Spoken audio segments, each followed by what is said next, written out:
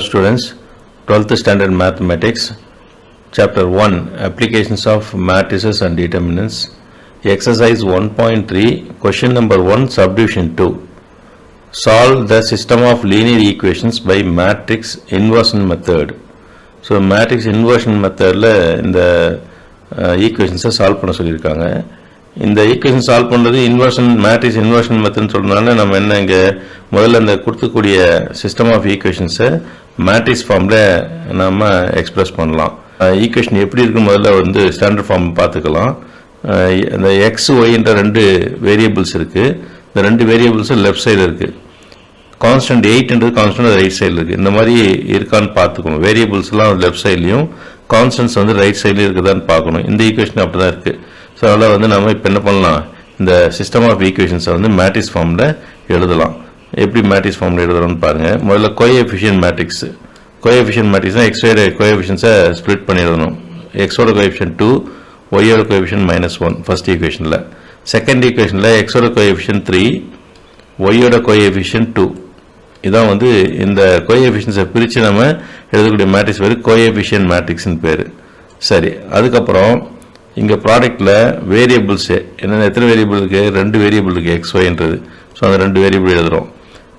Equal to right சைடில் கூடிய constant என்னென்ன இருக்குது, 8 ஒன்று -2 ஒன்று. ஸோ இதுதான் வந்து required matrix form of the given system. இதுக்கு நாம் ஒரு நேம் கொடுத்துக்கலாம். இந்த கோஎஃபிஷியன்ட் மேட்ரிக்ஸை வந்து ஏன்னு எடுத்துக்கலாம். இந்த வேரியபிள் இருக்கக்கூடிய மேட்ரிக்ஸ் இருக்குது அதை வந்து கேபிட்டல் எக்ஸ்னு எடுத்துக்கலாம். கான்ஸ்டன்ட் டேர்ம்ஸ் இருக்கக்கூடிய மேட்ரிக்ஸ் வந்து பின்னு எடுத்துக்கலாம். சரியா, இதான் வந்து ஏஎக்ஸ் ஈக்குவல் டு பின்றது அந்த matrix ஃபார்மோட formation.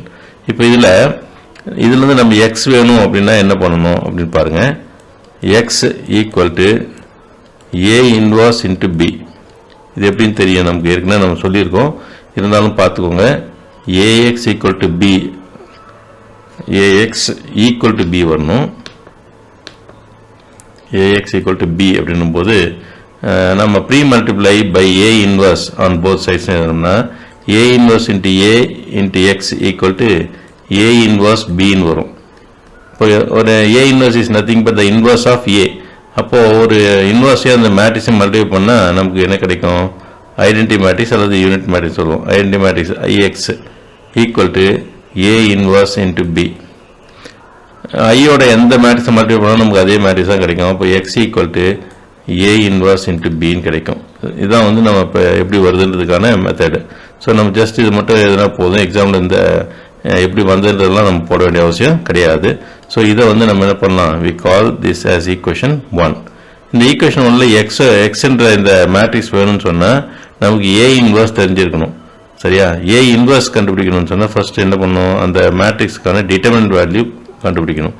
So determinant A equal to இதான கோஎஃபிஷியன்ட் மேட்ரிக்ஸ் ஏ 2 -1 3 2 தான் கோஎஃபிஷியன்ட் மேட்ரிக்ஸ். அப்போ இதை வந்து டிட்டர்மினன்ட் எதுனா 2 -1 3 2 அப்படின்னு எழுதலாம்.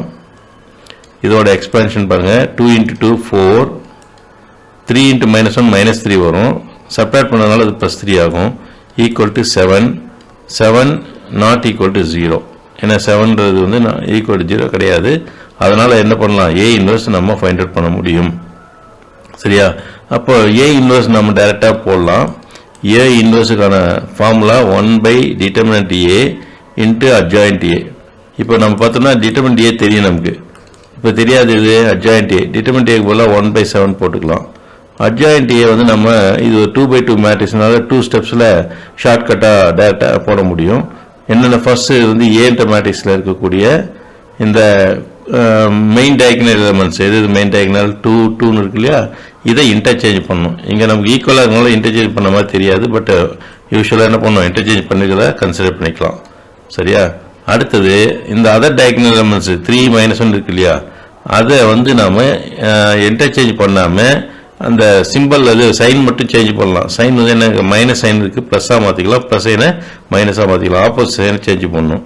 அப்போ இங்கே 1 -3ன்னு வரும். ஸோ நல்லா நோட் பண்ணிக்கோங்க. மெயின் டயகனல் இருக்கக்கூடிய எலிமெண்ட்ஸை இன்டர்சேஞ்ச் பண்ணிக்கிறோம். அடுத்தது அதர் டயகனல் எலிமெண்ட்ஸுக்கு சைன் மட்டும் சேஞ்ச் பண்ணுறோம். அதை வந்து என்ன செய்யக்கூடாது, இன்டர்சேஞ்ச் பண்ணக்கூடாது. ஸோ இதுதான் வந்து நமக்கு ஏ இன்வர்ஸ். நமக்கு அந்த ஏன்ற மேட்ரிக்ஸோட இன்வர்ஸ். ஸோ இப்போ இந்த இன்வர்ஸை நம்ம என்ன பண்ணலாம்னா ஃபர்ஸ்ட் ஈக்குவேஷனில் இருக்கக்கூடிய ஏ இன்வர்ஸுக்கு பதிலாக சப்ஸ்டியூட் பண்ணலாம்.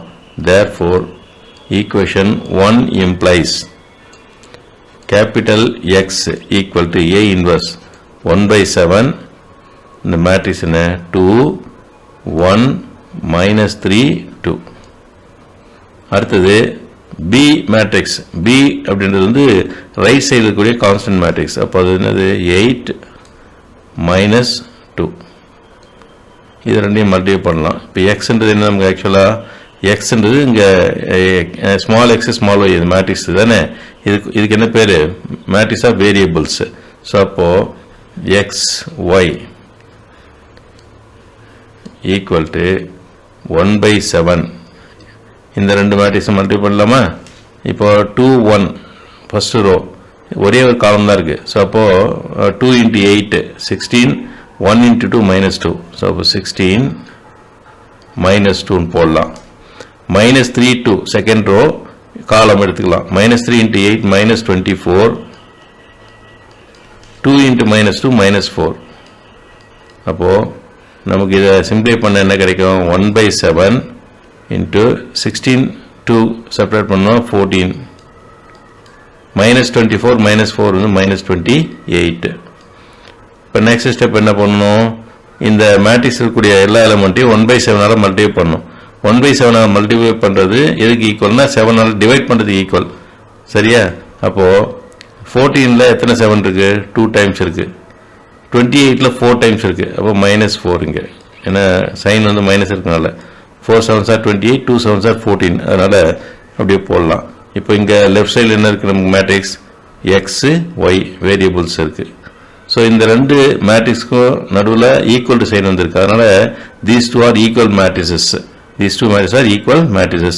In an equal matrix, corresponding elements are equal. Equal matrix இருந்ததுன்னா corresponding elements எப்படி இருக்கும் ஈக்குவலாக இருக்கும். அப்படின்னா இங்கே எக்ஸுக்கு corresponding element இது 2. Therefore, x equal to 2. y corresponding to -4. y equal to -4. So, the solution is இது எப்படி வரும் பாருங்க. solution is bracketல xக்கு 2 yக்கு என்ன -4 அவ்வளோதான். இதான் வந்து இந்த ஈக்குவேஷனுக்கான சொல்யூஷன். இந்த மாதிரி டைப்பில் நம்ம சொல்யூஷன் கண்டுபிடிக்கிற இந்த மெத்தடுக்கு பேர் என்னது மேட்ரிக்ஸ் இன்வர்ஷன் மெத்தட். தேங்க்யூ.